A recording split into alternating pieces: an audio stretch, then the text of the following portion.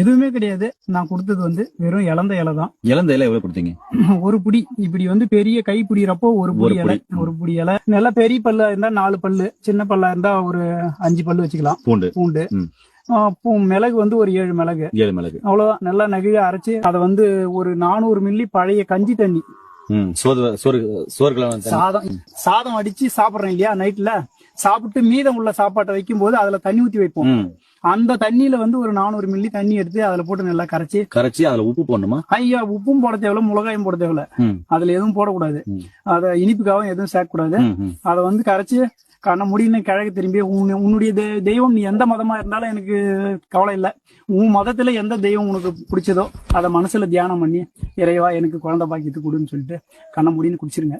கிழக்க நோக்கி தான் குடிக்கணும். வடக்கு திருப்பியோ தெற்கு திரும்பியோ குடிச்சோம்னாக்கா நீண்ட நாள் மருந்து எடுக்கணும். அந்த மருத்துவம் வந்து சரிப்படாது. சாப்பிட்டு வந்து ஒரு சிலருக்கு 3 மாசத்துலயே குழந்தை 1 மாசம் சாப்பிட்டு போன மாசமே நின்றான். ஒரு சிலருக்கு வந்து 3 மாசம் ஆயிடுது.